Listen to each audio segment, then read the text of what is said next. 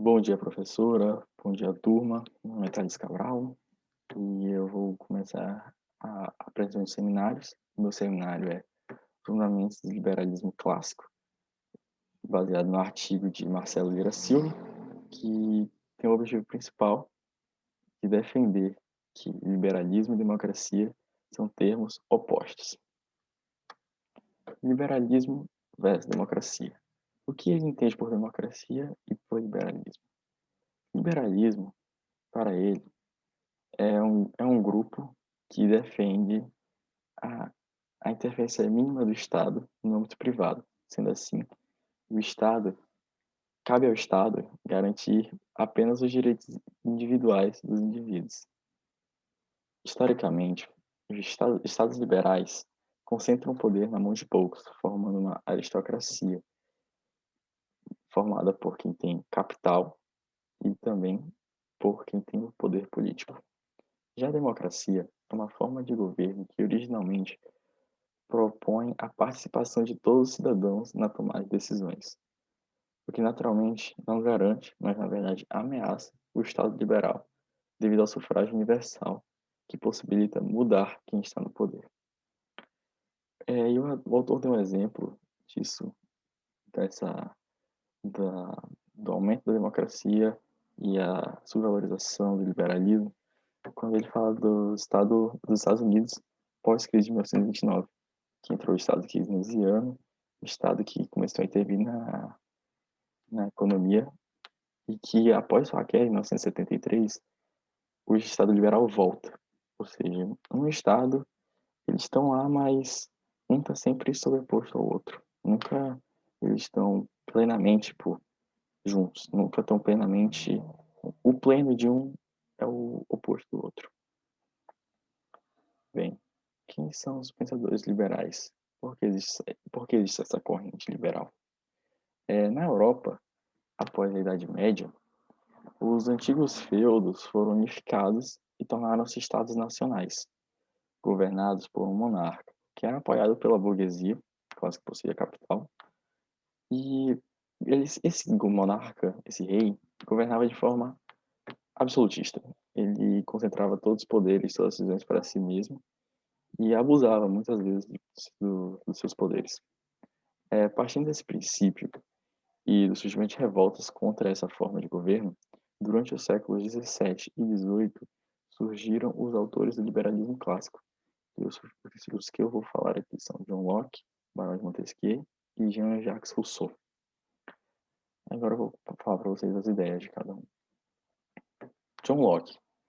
John Locke propõe a ideia de um contrato social, onde os indivíduos escolhem um governante que deve governar de forma justa, governar respeitando os direitos individuais de cada um. E, em outro caso, se ele não fizer isso, ele pode ser destituído. Segundo o autor do artigo, a partir desse contrato, a sociedade passa a ser o resultado não de um processo natural, mas de suas próprias vontades, da própria vontade dos indivíduos. O que, na minha opinião, a sociedade passou a ter consciência política, começou a ter mais consciência sobre os atos políticos.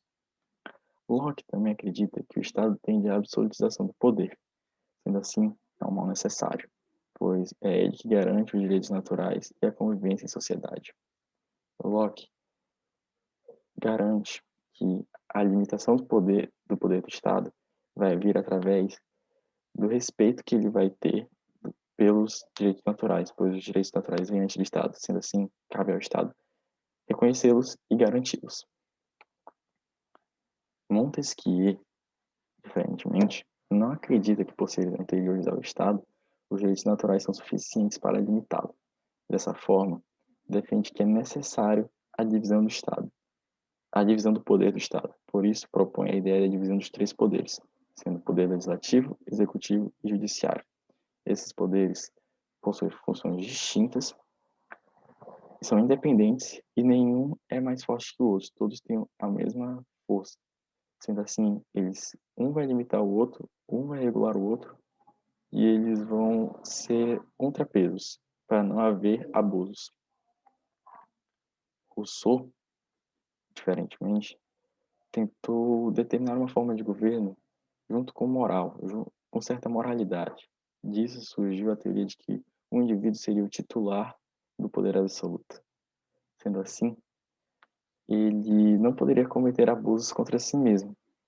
E isso que ele está falando é um princípio da autonomia, que é o responsável pela regulamentação e limitação do poder. Ou seja, o cara ele é autônomo, ele tem liberdade sobre si próprio. Ele não é aquele cara que só tem liberdade de acordo com o que o Estado prevê. E para haver um Estado, segundo Rousseau, é necessário haver um contrato social, em que os indivíduos renunciam aos seus direitos individuais a favor de um corpo político, que expressa a vontade individual autônoma, e a partir daí se tem a vontade geral. Rousseau não enxerga o Estado como um mal necessário, pois ele é uma vontade da população. Ele é algo positivo, pois a liberdade é concebida de forma autônoma.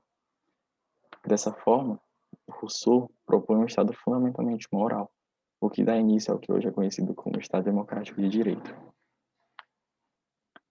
Bem, como todos eles concordam, esses pensadores concordam que o Estado tende a oprimir, tende a ser absoluto, ser absolutista, eles também têm que propor uma forma da população resistir a isso. E qual é essa forma? Os três propõem meios diferentes. E agora vamos explicar. John Locke. John Locke propõe o direito à rebelião contra o governante.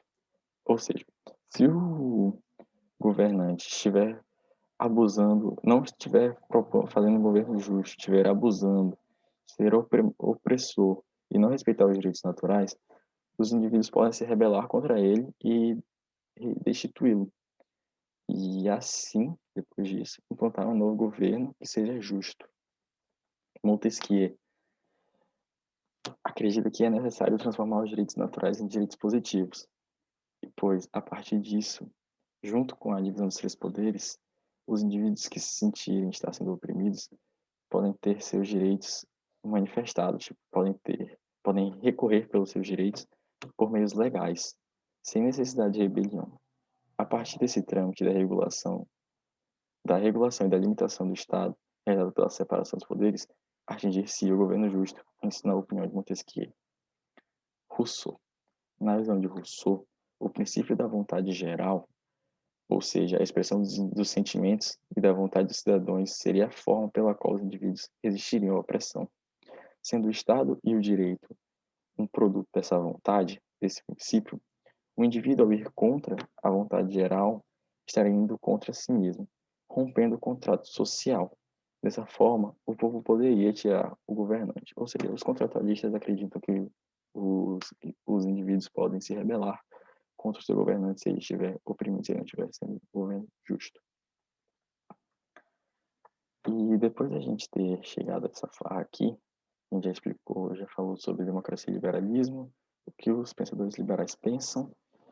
Está na hora da gente chegar ao fim da nossa apresentação explicando o que ele tenta, o que é o objetivo do autor, separar democracia e liberalismo, que eles não possam termos opostos. Bem, Norberto Nobre diz que a diferença primordial entre o Estado liberal e o democrático é a concepção de liberdade. Segundo o Estado liberal, liberdade é a possibilidade de agir sem ser dificultado. Já no democrático, a liberdade significa autonomia. O Estado liberal, ele limita, enquanto no democrático as ordens não limitam, mas elas expressam a vontade geral. Rousseau, que é um dos caras que mais falam sobre vontade geral, ele, por meio da sua teoria de renunciar dos direitos individuais a favor de um corpo político que vai expressar a vontade geral, é acreditado como o precursor da democracia representativa. Sendo assim, sendo esse governo o ideal a se alcançar. Os estados atuais, os estados contemporâneos, em sua maioria, utilizam a forma de governar do Rousseau, que é a democracia representativa. E só que, nesse tipo de governo, a democracia não está substancialmente no Estado. Ela é um meio técnico formal, pelo qual, pelo qual garante a alternância de governo e, assim, a vontade geral, por meio do sufrágio universal. E, portanto, Marcelo Lira Silva defende sua teoria com o argumento de que é necessária a sobreposição de um sistema sobre o outro, pois liberalismo e democracia eticamente são termos antitéticos, uma vez que um Estado democrático pleno acaba com os princípios de um Estado liberal e os princípios de um Estado liberal pleno acabam com os princípios de um Estado democrático. Essa é a minha apresentação. Obrigado. Bom dia a todos.